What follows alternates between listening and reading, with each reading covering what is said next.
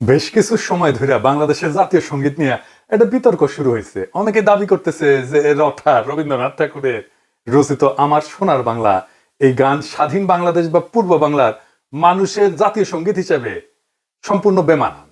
এই দাবি শুনে বাঙ্গু প্রগতিশীলদের পিলা চমকায় গেছে। তারা গেল গেল সব গেল সর তুলছে। এক বাঙ্গু প্রগতিশীল সজিদা খাতুন তার পরলোক গমনের পর তার শেষকৃত্যে রবীন্দ্রসঙ্গীত দিয়ে সম্পন্ন করেছে। দেখেছেন কি আর কমু।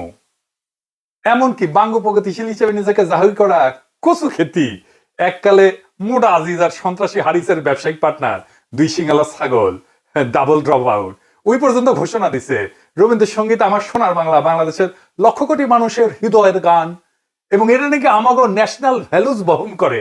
হ্যাঁ, হালাই ন্যাশনাল ভ্যালুজ বুঝে। হ্যাঁ, উমেন খুব বুঝা ফেলিছে ন্যাশনাল ভ্যালুজ। হালা double drop out national values বাপ রে বাপ। হ্যাঁ, ডাবল ড্রপ আউটের ইতিহাস জ্ঞান এমনিতেই হাস্যকর ভাবে কম, অথচ এই ডাবল ড্রপ আউট কয়েকদিন আগে আল্লামা ইকবালের নামে ঢাকা বিশ্ববিদ্যালয়ের হল নামকরণের দাবিতে খুব দয়া কইছিল মীর জাফরের নামেও হল করা উচিত। আল্লামা ইকবাল উপমহাদেশের মুসলমানদের মধ্যে সর্বশ্রেষ্ঠ দার্শনিক, যাকে বিংশ শতাব্দীর অন্যতম গুরুত্বপূর্ণ মুসলিম দার্শনিক হিসেবে প্রাচ্য এবং পাশ্চাত্যে উভয় জায়গাতে বিবেচনা করা হয়। ইকবাল 1938 সালে মৃত্যুবরণ করেন, 1971 সালের বাংলাদেশের স্বাধীনতা সংগ্রামের 33 বছর আগে। এমনকি ভারত ভাগ হওয়ার আগেই উনি মারা গেছেন। অথচ ইনাকে নিয়ে একজু খেতে এবং বাঙ্গ প্রগতিশীলদের চুলকানির অভাব নেই। অথচ ঢাকা বিশ্ববিদ্যালয়ে ইকবালের নামে আগেও ছিল হল, যেটাকে ইসলামোফোবিক আওয়ামী বামেরা 71 সালের পর নাম পাল্টায় অন্য সব হলের সাথে ইকবাল হলের নাম পাল্টায় সার্জেন্ট জহুরুল হক হল করে। যে জহুরুল হক হল 60-এর দশকে আগরতলাতে পাকিস্তানের বিরুদ্ধে বিদ্রোহ এবং বিভিন্ন সেনানিবাসে বিডিআর বিদ্রোহের মতো গণহত্যা করার ষড়যন্ত্রে জড়িত ছিল, ইন্ডিয়ার সাথে আর কি, ইন্ডিয়ার পরিকল্পনায়। আর একটা হইল জিন্না হলের নাম পাল্টায় রাখা হয় সূর্য সেনের নামে। ইতিহাসে মীর জাফর কারা সেটা খুব স্পষ্ট। কচুক্ষেতে এবং বাঙ্গু প্রগতিশীলদের ইতিহাস নিয়ে জ্ঞান বুদ্ধি অত্যন্ত সীমিত। পলাশির যুদ্ধের পর মীর জাফর এবং তার ছেলে নাজিমুদ্দৌলা, সাইফুদ্দৌলা এবং মুবারকুদ্দৌলা 50 বছর মুর্শিদাবাদে ইংরেজদের প্রোটেকশন থেকে শান শওকতের সাথে নবাবী জীবনযাপন করত, যেমনটা করতো মুজিব, হাসিনা। ধানমন্ডি এবং গণভবনে থেকে ভারতের প্রোটেকশনের ছত্রছায়। তখন নবাবের বিরুদ্ধে কেউ কিছু বললেই গর্দান যাইতো। পলাশির যুদ্ধের লেগেসি যুদ্ধের সাথে সাথেই নির্ধারিত হয় নাই, ইতিহাসে সেটা অনেক পরে নির্ধারণ করছে। আওয়ামী বাং প্রগতিশীলরা হচ্ছে ইতিহাসের আসল মীর জাফর, রায় দুর্লভ, ইয়ার লতিফ, জগৎ শেঠ। মীর জাফর পলাশির যুদ্ধের পর নিজের গতিতে বসার জন্য লর্ড ক্লাইভের সাথে দেখা করতে যায়। নিজের সাঙ্গপাঙ্গদের নিয়ে সোহরাওয়ার্দীর বডিগার্ডও একই কাম করেছিল। সোহরাওয়ার্দীর বডিগার্ড আবার নিজের অফিসে ইন্দিরা গান্ধীর ছবি ডেস্কে রাখতো। মীর জাফর মনে হয় ক্লাইভের ছবি এভাবে নিজের দরবারে রাখতো না। এইভাবে ঢাকা বিশ্ববিদ্যালয় এবং সারা দেশে এই সমস্ত হিন্দুত্ববাদী এবং ভারতীয় সরদের নামে হলের নামকরণ করা হইল। এই সমস্ত স্থাপনার নাম পাল্টাইতে হবে। ছাত্র জনতা এবং ক্ষুদ্র ভ্রাতাভগিনীরা নিজেরাই এটা করবে। এইবার আসি জাতীয় সঙ্গীতে আমার সোনার বাংলা গান নিয়ে। আমার সোনার বাংলা গানের ইতিহাস কি, এই গানের মানে কি, কবে, কোথায়, কোন প্রসঙ্গে এই গান কম্পোজ করা হয়েছিল, এটা জানতে হইলে আমাদের বঙ্গভঙ্গের ইতিহাস জানতে হবে। বঙ্গভঙ্গ কি?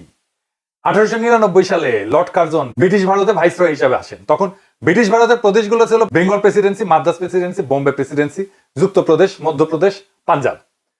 বেঙ্গল প্রেসিডেন্সির এবং সমগ্র ব্রিটিশ ইন্ডিয়ার রাজধানী ছিল সাহেবদের তৈরি করা শহর কলকাতায়, কল্লোলিনী তিলোত্তমা কলকাতা। বেঙ্গল প্রেসিডেন্সি আকারে অনেক বড় থাকায় সেটা একজন লাট সাহেবের পক্ষে শাসন করা দুরূহ ব্যাপার ছিল। 1900 সালের বেঙ্গল প্রেসিডেন্সি আকারে এত বড় ছিল, এর মধ্যে বর্তমান বাংলাদেশ, আসাম, পশ্চিমবঙ্গ, বিহার, উড়িষ্যা, ছত্তিশগড়, ঝাড়খণ্ড অন্তর্ভুক্ত ছিল। তার উপরে ছিল সেই যুগে দুর্গম যাতায়াত ব্যবস্থা। এর ফলে 1903 সালে ব্রিটিশ ভারত সরকারের সেক্রেটারি রিজলি সাহেব ভাইসরয় লর্ড কার্জনকে একটা চিঠি দেন। এতে প্রস্তাব করা হয় বেঙ্গল প্রেসিডেন্সিকে দুই ভাগে ভাগ করা, পূর্ব দিকের অংশকে পূর্ববঙ্গ এবং আসাম নামে নতুন একটা প্রদেশ তৈরি করতেন। নতুন প্রদেশের রাজধানী হবে ঢাকা শহর। লর্ড কার্জন এই প্রস্তাবে সম্মতি প্রদান করে। এর ফলে 16 অক্টোবর 1905 সালে লর্ড কার্জন নতুন প্রদেশ পূর্ববঙ্গ এবং আসামের গোড়াপত্তন করে ঢাকাকে রাজধানী করেন। এইভাবে মুঘল যুগে শায়েস্তা খান এবং শাহজাদা আজিমুসানের পর 200 বছর অতিবাহিত হয়ে ঢাকা আবার রাজধানী হিসেবে আত্মপ্রকাশ করে। মুঘল সর্দার মুর্শিদ কুলি খান শাহজাদা আজিমুসানের পর 1700 দশকের প্রথম দিকে রাজধানী ঢাকা থেকে মুর্শিদাবাদে স্থানান্তর করেন। এরপর শুরু হয় বাংলায় হিন্দুত্ববাদীদের আন্দোলন, যেটা সন্ত্রাসবাদের রূপ নেয়। কলকাতার হিন্দু বাবুরা একদম বিক্ষোভে ফেটে পড়ে। এটা নিয়ে কলকাতার ভদ্রলোক বাবুরা অসংখ্য মিছিল বক্তৃতা সমাবেশ করে গরম করে দেয় দুনিয়া। বাবুদের দুইটা সন্ত্রাসবাদী সংগঠন ছিল, একটা কলকাতা কেন্দ্রিক যুগান্তর গ্রুপ আর একটা ঢাকা কেন্দ্রিক অনুশীলন সমিতি। যুগান্তর গ্রুপের সন্ত্রাসী ক্ষুদিরাম বসু একজন সাহেব ম্যাজিস্ট্রেটকে হত্যা করার জন্য সাহেবের গাড়ি লক্ষ্য করে বোমা হামলা করে। এই সমস্ত হিন্দুত্ববাদী সন্ত্রাসীরা 21 আগস্ট গ্রেনেড হামলার আদি জনক।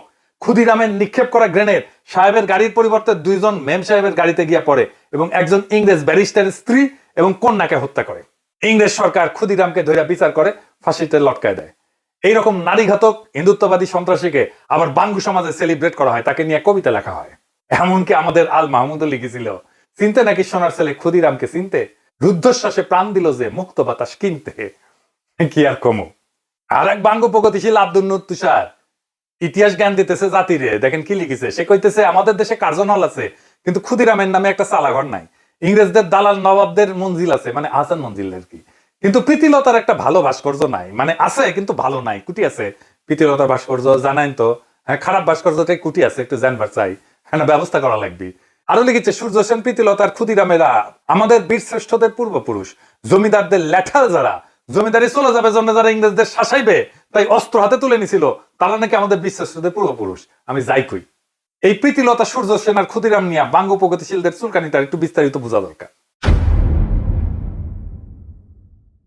ব্রিটিশদের বিরুদ্ধে হিন্দু স্বার্থের জমিদার হিন্দু স্বার্থের আন্দোলন শুরু করছিল বঙ্গভঙ্গ রদ বাতিল করার দাবিতে কয়েকটা সশস্ত্র গ্রুপ করে। এই সময় ব্রিটিশদের বিরুদ্ধে অনুশীলন যুগান্তর এই ধরনের সশস্ত্র দলগুলির তৎপরতা বাড়তে শুরু করছিল, যারা কালী ভক্ত হিসেবে দেবী মা কালীর পূজা কইরা সশস্ত্র সংগ্রামে ঝাঁপায় পড়তো। সশস্ত্র গ্রুপগুলো যে সশস্ত্র আন্দোলন ঝাঁপায় পড়ছিল, এইটাকে তারা কলকাতার জমিদারদের স্বার্থে লেখা ইতিহাসে স্বদেশী আন্দোলন হিসেবে গাল ভরা নাম দিছিল। আর এই সময়টাকে একটা ফাঁপা বিপ্লবী বানায় অগ্নি যুগ নামে ডাকা শুরু করছিল। কিন্তু আমাদের খেয়াল করতে হবে, ব্রিটিশ বিরোধী আন্দোলন মানে সেটা অ্যান্টি কলোনি মুভমেন্ট না।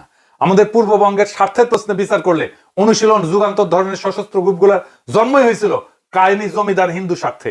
মুসলমান প্রজা বাঙালির উপরে যারা ছিল খড়গহস্ত, অবশ্যই প্রজাদের স্বার্থের পক্ষে তারা ছিল না। 1905 সালে বঙ্গভঙ্গ এবং ইতিহাসের দিকে তাকান, রবীন্দ্রনাথ সহ বিশিষ্ট হিন্দুদের নেতৃত্বে যে বঙ্গভঙ্গ রদের আন্দোলন ছিল, এই আন্দোলন ছিল আমাদের পূর্ববঙ্গের মানুষের স্বার্থ বিরোধী। জমিদার বাঙালির সাথে ঘা মারছিল এই বঙ্গভঙ্গ, কারণ নতুন প্রশাসনিক ব্যবস্থার কারণে কলকাতার প্যারালাল ঢাকা একটা নতুন রাজধানী হয়ে উঠতেছিল। ফলে পূর্ববঙ্গ থেকে কলকাতা শহরে কৃষির উদ্বৃত্ত সাপ্লাই লাইন অনিশ্চিত হয়ে পড়তেছিল। পূর্ববঙ্গের কৃষির উদ্বৃত্ত দিয়া তৈরি হয়েছিল কল্লোলিনী তিলোত্তমা কলকাতা। আর এই ঘটনার পটভূমিতে কথিত ফাঁকা আলাপের স্বদেশী আন্দোলনের সূত্রপাত। তাহলে হিসাব করেন যে বঙ্গভঙ্গ ব্রিটিশেরা চালু করছিল, পিছিয়ে থাকা পূর্ববঙ্গ আসামের মুসলমানদের স্বার্থের পক্ষে, যেখানে রাজধানী হিসেবে ঢাকা শহর গুরুত্বপূর্ণ হওয়ার সুযোগ তৈরি হইতেছিল। এখানে আপনি কার পক্ষে যাবেন? যে জমিদার বাবুরাই বঙ্গভঙ্গ বাতিল করলেন তাদের পক্ষে? যে অনুশীলন যুগান্তর ধরনের সশস্ত্র গ্রুপগুলো ছিল জমিদার শ্রেণীর স্বার্থে, আপনি কি তাদের হিরো বানায় বন্দনা করবেন? আপনার চাষা ভূষা পূর্বপুরুষদের সাথে গাদ্দারি করতেছেন? প্রীতিলতা, ক্ষুদিরাম কিংবা সূর্য সেনারা ছিল সরাসরি জমিদার হিন্দুর স্বার্থের লোক এবং তাদের আন্দোলন কলকাতার শাসকদের আন্দোলন। স্বদেশী আন্দোলন এবং অগ্নিযুগ ছিল জমিদারদের সশস্ত্রতা। একে হিন্দু মুসলমান নির্বিশেষে সকল প্রজাকে আপন মনে করবে। বিশেষ করে পূর্ববঙ্গের মুসলমান প্রজা যারা আজকের বাংলাদেশের মানুষ, তাদের লড়াকু পূর্বপুরুষ হাজী শরীয়তুল্লাহ বা তিতুমিরেরা। আমাদের উত্তরসূরি হিসেবে আমরা কেন প্রীতিলতা, ক্ষুদিরাম কিংবা সূর্য সেনদের আমাদের হিরো বলে মনে করব, যেখানে এরা সরাসরি জমিদার স্বার্থের লোক। জমিদার তাদের অর্থদাতা ছিল, টাকা দিত, চান্দা দিত জমিদারেরা। এবং এই আন্দোলনটাই স্বদেশী আন্দোলন, অগ্নিযুগ, এটা ছিল জমিদারদের আন্দোলন, তাদের জমিদারি রক্ষার আন্দোলন, তাদের শোষণ রক্ষার আন্দোলন। হাসিনার হইয়া ছাত্রলীগ, যুবলীগ যেমন নাম ছিল বর্ষা বিপ্লবের সময় 24-এ, ঠিক একই কাজ করছিল সূর্য সেন, প্রীতিলতা, ক্ষুদিরামেরা। ওরা ছিল জমিদারের ল্যাঠাল, যেরকম ছাত্রলীগ ছিল আওয়ামী লীগের হাসিনার ল্যাঠাল। যে জমিদার ব্যবস্থায় আপনার পূর্বপুরুষদের বঞ্চিত করে রাখা হইতো, এই সশস্ত্র গ্রুপের লোকজন সেই জমিদারদের ভাড়াটে সন্ত্রাসী। তারা তো আপনার পূর্বপুরুষদের স্বার্থের বিরুদ্ধে লোক। এই জমিদার শ্রেণী তো কখনো আপনার পূর্বপুরুষদের বাঙালি বইলাই স্বীকার করে নাই, মান্যতা দেয় নাই। সেই জমিদার শ্রেণীর ঔরসে আজকাল বাংলা ভাষা, শিল্প, সংস্কৃতি গড়ে উঠছে। সেটা খুব ভালো কথা, কিন্তু জমিদার হিন্দু তো আপনারা এক্সক্লুড কইরা, হিসাবের বাইরে রেখা এই বাংলা ভাষা, শিল্প, সংস্কৃতির পতন ঘটাইছিল। যে প্রীতিলতার, সূর্য সেনের আপনি হিরো বানাইতে চান, তাদের অনুশীলন যুগান্তর ধরনের সশস্ত্র গ্রুপগুলো তো কখনো আপনাকে গোনাতেই ধরে নাই। আপনি তো মুসলমান হলে ঢুকতেও পারতেন না অনুশীলন যুগান্তরে। শুধু তাই না, এরা তো আপনারই স্বার্থ বিরোধী। সাধারণভাবে ঢাকাকে রাজধানী করার বিরোধী একটা আন্দোলন ছিল। চান্স পাইলে এরা প্রীতিলতা, ক্ষুদিরাম কিংবা সূর্য সেনদের নিয়ে আপনার তথাকথিত প্রগতির কাঁচা আবেগ টক বগায় ফুটতে থাকে। সূর্য সেন, ক্ষুদিরাম, প্রীতিলতার নামে কোনো স্মারক বাংলাদেশে থাকবে না। এই বঙ্গভঙ্গ বিরোধী আন্দোলন নিয়ে রমাপ্রসাদ ভাস্কর একটা প্রবন্ধ লিখছিলেন। প্রবন্ধটার নাম বঙ্গভঙ্গ এবং রামেন্দ্র সুন্দর ত্রিপদী। এই প্রবন্ধে সেই আন্দোলনে রবীন্দ্রনাথ ঠাকুর ওরফে রঠার ভূমিকার বিস্তারিত বর্ণনা আছে। পূর্ব বাংলার চাষা মুসলমানদের জন্য যে এক আলাদা রাজ্য হচ্ছে এটা কলকাতার বাবুরা মেনে নিতে পারে না। এই জন্য তাদের এত হাউকাউ আন্দোলন, সন্ত্রাসী কর্মকাণ্ড।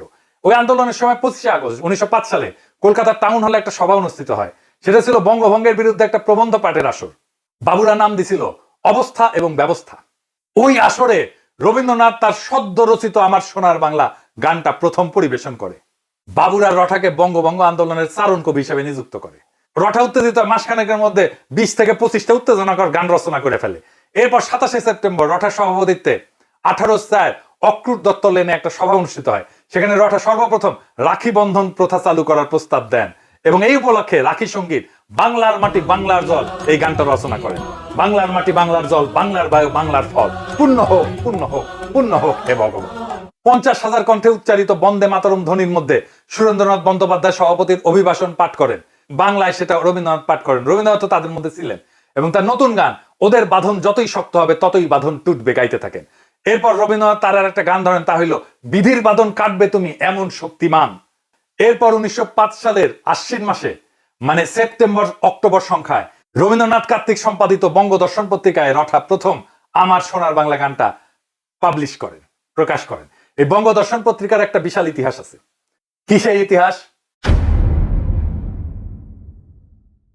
এই পত্রিকা 1872 সালে প্রথম সম্পাদনা করে বের করে বাংলা সাহিত্যের সবচেয়ে কুখ্যাত ইসলামোফোব আর হিন্দুত্ববাদীদের গডফাদার বঙ্কিমচন্দ্র চট্টোপাধ্যায়। বঙ্কিম তার উপন্যাসগুলো এই পত্রিকায় সিরিয়াল আকারে পাবলিশ করত। এইখানে 1882 সালে ধারাবাহিকভাবে প্রকাশিত হয় বঙ্কিমের উপন্যাস আনন্দমঠ। এই আনন্দমঠে বঙ্কিম হিন্দুত্ববাদীদের জাতীয় সঙ্গীত বন্দে মাতরম প্রথম কম্পোজ করে প্রকাশ করেন। পুরা উপন্যাসের বিষয়বস্তু হচ্ছে মুসলিমদের খেদানো। পুরা পত্রিকাটা ছিল ইসলামোফোবিয়ার একটা পাত্র। এইখানে 1884 সালে বঙ্কিম আরেকটা প্রবন্ধ প্রকাশ করে বাংলার কলঙ্ক নামে। মুসলমানদের গালিগালাজ করাইছিল সেই প্রবন্ধের মূল থিম। এরকম বহু লেখা প্রকাশিত হয় এই পত্রিকাতে। পুরা কলকাতার ভদ্রলোক সমাজে এই পত্রিকা গোগ্রাসে গিলত। তাদের ওয়ার্ল্ড ভিউ প্রচার করছে এইটা। রঠা ছোটবেলাতে গোগ্রাসে সমস্ত গল্প গিলত। রঠার নিজের মুখেই শোনেন তার আত্মজীবনীতে কি লিখেছে। অবশেষে বঙ্কিমের বঙ্গদর্শন আসিয়া বাঙালির হৃদয় একেবারে লুট করিয়া লইল। একে তো তাহার জন্য মাসান্তের প্রতীক্ষা করিয়া থাকিতাম, তাহার পরে বড় দলে পড়ার শেষের অপেক্ষা করা আরো বেশি দুঃসহ হইত। এইরকম একটা কুখ্যাত ইসলামোফোব বাংলার মুসলমানকে গালিগালাজ করা পত্রিকাকেই রঠা বাইসা নিলেন আমার সোনার বাংলা গান পাবলিশ করার জন্য, প্রকাশ করার জন্য। আর রঠা এই বঙ্গদর্শন পইরা বড় হইছে, তাহলে ওর ভিতরে কি আছে সেটা বুঝে দেখেন। এই হচ্ছে কচুক্ষেতির স্বল্প জ্ঞানের ন্যাশনাল ভ্যালুস, এইটার ইতিহাস। এই গানকে যে এখনো জয় বাংলা করা হয় নাই সেটা তো বাঙ্গু প্রগতিশীলদের 7 জন্মের ভাগ্য। কিন্তু এই ভাগ্য বেশি দিন টিকবে না। হাসিনা যেমনে জয় বাংলা হয়েছে, আমলিক যেমনে জয় বাংলা হয়েছে, 32 নম্বর যেমনে জয় বাংলা হয়েছে, এই গানও জয় বাংলা হবে। এরপর বঙ্গভঙ্গ রদ করার এরকম অপচেষ্টাকে প্রতিহত করার জন্য 1906 সালের ডিসেম্বর মাসে ঢাকায় নবাব সলিমুল্লাহ তার বাড়ি আহসান মঞ্জিলে সমগ্র ভারতবর্ষের মুসলমান নেতাদের আমন্ত্রণ জানান। উপলক্ষ ছিল অল ইন্ডিয়া মোহামেডান এডুকেশনাল কনফারেন্সের মিটিং। স্যার সৈয়দ আহমেদ খান এই এডুকেশনাল সংস্থা প্রতিষ্ঠা করছিলেন। সেই মিটিং এ আহসান মঞ্জিলে সারা ভারতবর্ষ থেকে 3000 মুসলমান ডেলিগেট যোগদান করেন। মিটিং এ সভাপতিত্ব করেন উত্তরপ্রদেশের মিরাটের নবাব ভিকারুল মুলক। আজকের শাহবাগ তখন নবাব সলিমুল্লাহর বাগান ছিল। এইখানে নবাবের একটা বাগান গাড়ি ছিল এই শাহবাগে। সেই শাহবাগের বাগান বাড়িতে অনুষ্ঠিত হয় ঐতিহাসিক মিটিং। শাহবাগ থেকে এই ঘটনার শুভ সূচনা, যেখানে নবাব সলিমুল্লাহ ভারতবর্ষের মুসলমানদেরকে নিজেদের স্বার্থ রক্ষার জন্য একটা রাজনৈতিক দল গঠন করার প্রপোজাল দেন, যেটা সর্বসম্মতিক্রমে গৃহীত হয়। এইভাবেই জন্ম হয় মুসলিম লীগের। স্যার সৈয়দ আহমেদ খানের ঘনিষ্ঠ বন্ধু নবাব মহসিন মুলককে করা হয় মুসলিম লীগের সেক্রেটারি এবং সংবিধানের মূল লেখক। লীগের প্রথম অনারারি প্রেসিডেন্ট করা হয় ইমাম আগা খানকে। কলকাতার বাবুদের আন্দোলন আর তাদের সন্ত্রাসীদের সন্ত্রাসে অবশেষে ইংরেজ সরকার হার মানে। 1911 সালের ডিসেম্বর মাসে রাজা পঞ্চম জর্জ ভারতের দরবারে আসেন। তখন ইংরেজ সরকার সিদ্ধান্ত নেয় তারা এই বঙ্গভঙ্গকে রদ করবেন। রাজা দরবারে এই প্রক্লেমেশন জারি করেন। রঠাই আনন্দের রচনা করে ফেলেন, জনগণ মন অধিনায়ক জয় হে ভারত ভাগ্য বিধাতা। শুনেন, এই জনগণ মন আজ ভারতের জাতীয় সঙ্গীত। জনগণ মন অধিনায়ক জয় হে ভারত ভাগ্য বিধাতা। পাঞ্জাব সিন্ধু গুজরাট ও মারাঠা দ্রাবিড় উৎকল বন্ধ, বিন্ধ্য হিমাচল যমুনা গঙ্গা উচ্ছল জলধি তরঙ্গ। তব শুভ নাম জাগে, তব শুভ আশিস মাগে, গাহে তব জয় গাথা। এই গান গাওয়া হয়েছিল ঢাকা বিশ্ববিদ্যালয়ে।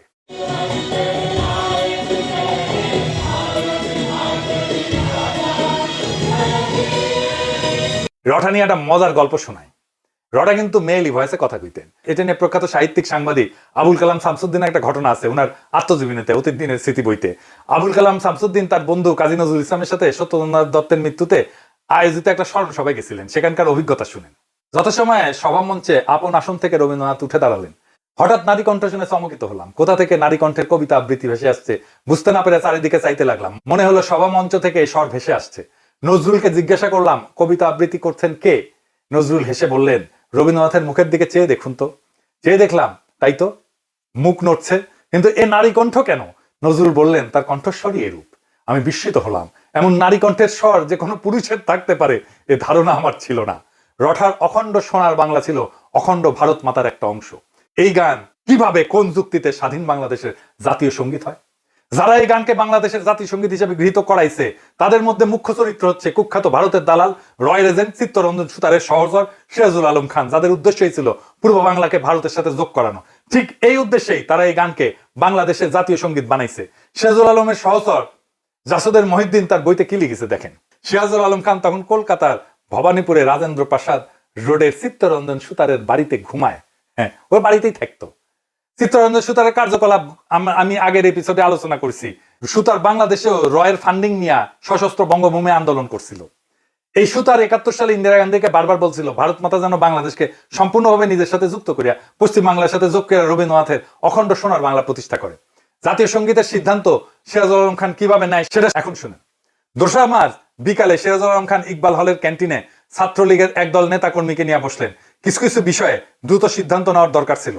তিনি কিছু একটা বলছেন আর কেউ একজন নোট নিচ্ছেন। তিনি বললেন, জাতীয় পতাকা কেমন হবে? কয়েকজন বলল, আজ বটতলায় যেটা তোলা হয়েছে সেটাই হোক। জাতীয় সঙ্গীতের প্রসঙ্গ উঠতে দ্বিজেন্দ্রলাল রায়ের ধনধান্যে পুষ্প ভরা গানটির প্রস্তাব এলো। কিন্তু এর দুটো সমস্যা ছিল। প্রথমত, গানটার কোথাও বাংলা বা বাংলাদেশ শব্দটি নেই। দ্বিতীয়ত, গানটার কোনো রেকর্ড পাওয়া যায় না। শেষমেশ প্রস্তাব করা হলো রবীন্দ্রনাথের আমার সোনার বাংলা, আমি তোমায় ভালোবাসি গানটিকে জাতীয় সঙ্গীত করা হোক। সিরাজুল আলম খান মাথা নাড়লেন। একজন সঙ্গে সঙ্গে নোট নিল। এরপর এলো জাতির পিতা প্রসঙ্গ। রঠা কখনোই বাঙালি জাতীয়তাবাদী ছিল না। কলকাতার কোনো হিন্দুই বাঙালি জাতীয়তাবাদী হয় না। পশ্চিম বাংলার সকল হিন্দু বুদ্ধিজীবী এলিট সবাই সর্বভারত প্যান ইন্ডিয়ান অখণ্ড হিন্দু ভারতে বিশ্বাস করত এবং করে এবং করবে। এরা সর্বদা আগাগোড়া অখণ্ড ভারত মাতার পূজারী। আগামী এপিসোডে আমি এটা নিয়ে বিস্তারিত আলোচনা করব। কাজেই মুসলমানদের স্বার্থবিরোধী সন্ত্রাসী বঙ্গভঙ্গ রদ আন্দোলনের চারণ কবি রবীন্দ্রনাথের রচনা করা আমার সোনার বাংলা গান কিভাবে বাংলাদেশের জাতীয় সঙ্গীত হয়, এই প্রশ্নটা আমাদের তুলতেই হবে। এই গান তো কারোই গাওয়া উচিত না। অতি দ্রুত গণভোট আয়োজন করে এই জাতীয় সঙ্গীতের ব্যাপারে সিদ্ধান্ত নিতে হবে। সিরাজুল আলম খানের চাপায় দেওয়া গানকে কখনোই আমাদের জাতীয় সঙ্গীত হিসেবে মেনে নেওয়া যাবে না, হবে না। রঠা বাঙ্গ প্রগতিশীলদের কাছে সবসময় একটা পলিটিক্যাল প্রজেক্ট ছিল। বাঙালি জাতীয়তাবাদের নামে পূর্ব বাংলার মুসলমানদেরকে যে কিরকম ভণ্ডামি গিলাইছে আওয়ামী বামেরা, সেটা আগামীতে ফাঁস করা হবে। সামনের এপিসোডে সেটা নিয়ে আলাপও করা হবে। আমি 100% শিওর, যদি ধরেন নকশাল বা অন্য কেউ পশ্চিম বাংলার রাজ্যকে ভারত থেকে বিচ্ছিন্ন করার দাবি তুলতো, রবীন্দ্রনাথ বেঁচে থাকলে উনি নুরুল আমিন, ফজলুল কাদের চৌধুরী অথবা গোলাম আজম যেরকম অখণ্ড পাকিস্তান রক্ষার চেষ্টা করছিলেন, রঠা তার চেয়ে 10 গুণ বেশি এফোর্ট দিয়া অখণ্ড ভারতকে রক্ষা করতেন। খালি রবি না, পশ্চিম বাংলার অধিকাংশ বাঙালি ভদ্রলোক এই কাজটা করতেন। নকশালদেরকে তো ইন্ডিয়া অত্যন্ত কঠোরভাবে সামরিক শক্তি দিয়ে দমন করছে। সেটা নিয়ে পশ্চিম বাংলার বাবুরা জেনোসাইড, গণহত্যা বলে লাফায় না। এটাও অঙ্ক হিসাব প্রমাণ করে দেওয়া যাবে যে পশ্চিমবঙ্গে ভারতীয় আর্মির নকশাল দমন পাকিস্তান আর্মির অপারেশন সার্চলাইট থেকেও নির্মম ছিল। এমনকি শিখদের স্বর্ণ মন্দিরে ভারতীয় আর্মি হামলা অপারেশন ব্লুস্টার আর অপারেশন সার্চলাইট থেকেও ভয়ঙ্কর ছিল। ইন্দিরা গান্ধীর মৃত্যুর পরে যেভাবে শিখ জেনোসাইড হয়েছে, এরকম জেনোসাইড 1971-এও হয় নাই বাংলাদেশে। এইসব অনেকদিন আলাপ করা যাবে। বাঙ্গু প্রগতিশীলদের চিরতরে জয় বাংলা করে দেওয়া হবে। রঠার আমার সোনার বাংলা কখনোই পূর্ব বাংলার চাষাভুষাদের হৃদয়ের গান ছিল না। এটা ছিল হিন্দু জমিদারদের, কলকাতার বাবুদের শোক গাথা, যারা ঢাকাকে রাজধানী হইতে দেয়নি, যারা পূর্ব বাংলার মুসলমানকে বাঙালি মানেনি, আর রবীন্দ্রনাথকে বানাইছিল সেই আন্দোলনের চারণ কবি। এখন সেই গান আমাদের মাথায় চাপায় দেওয়া বলা হয় এটাই আমাদের জাতীয় সত্তা, এটাই আমাদের ন্যাশনাল ভ্যালুজ। কিন্তু ইতিহাস বদলায়, বাতিলের খাতা থেকে উঠে আসে নতুন সত্য। পূর্ব বাংলার চাষাভুষা মেহনতি মুসলমান যারা একদিনে গান গাইতে বাধ্য ছিল, আজ ইতিহাস আপনাকে প্রশ্ন করতেছে আপনি কার শোক গাথা গাইতেছেন আপনার জাতীয় সঙ্গীত হিসাবে। তারেক রহমান আর বিএনপিকেও বলতে হবে কেন তারা রঠার গান জাতীয় সঙ্গীত হিসাবে পাইয়া গর্বিত। গর্বটা কোথায়? বাংলাদেশের সাধারণ চাষাভুষা মুসলমানের স্বার্থভঙ্গ কি তাদের গর্ব? জাতীয় সঙ্গীত হইতে হবে সেই গান যা জন্ম নেয় মুক্তির জন্য, প্রজার হৃদয়ে শোষণের বিরুদ্ধে দাঁড়ায়। আমার সোনার বাংলা না, আমাদের চাই আমাদের নিজস্ব, আমাদের আত্মপরিচয় বহনকারী, আমাদের স্বপ্নের প্রতিধ্বনি করা গান। এই লড়াই শুধু গান বদলের না, এটা ইতিহাস পুনরুদ্ধারের লড়াই, বঙ্গভঙ্গ রদ আন্দোলনের চক্রান্ত উন্মোচনের লড়াই, বাঙ্গ প্রগতিশীলদের চাপানো ন্যাশনাল ভ্যালুজের মুখোশ ছিঁড়ে ফেলার সংগ্রাম। এখনই সময় আসছে রটার লেখা ইতিহাসের বদলে নিজের কলমে নিজের ইতিহাস লেখার, নিজের কলমে নিজের জাতীয় সঙ্গীত লেখার, নিজের কলমে নিজের গৌরবের ইতিহাস লেখার, বাংলাদেশের ভূখণ্ডের এই জনগণের সত্যিকারের জাগরণের ইতিহাস লেখার। এইবার সময় আসছে আমার সোনার বাংলাকে বিদায় জানানোর। নতুন স্বাধীনতার পরে আসবে নতুন জাতীয় সঙ্গীত। জয় হোক চাষাভূষার, জয় হোক ইতিহাসের, জয় হোক জনগণের মুক্তির, আমাদের আবহমান লড়াইয়ের। ইনকিলাব জিন্দাবাদ।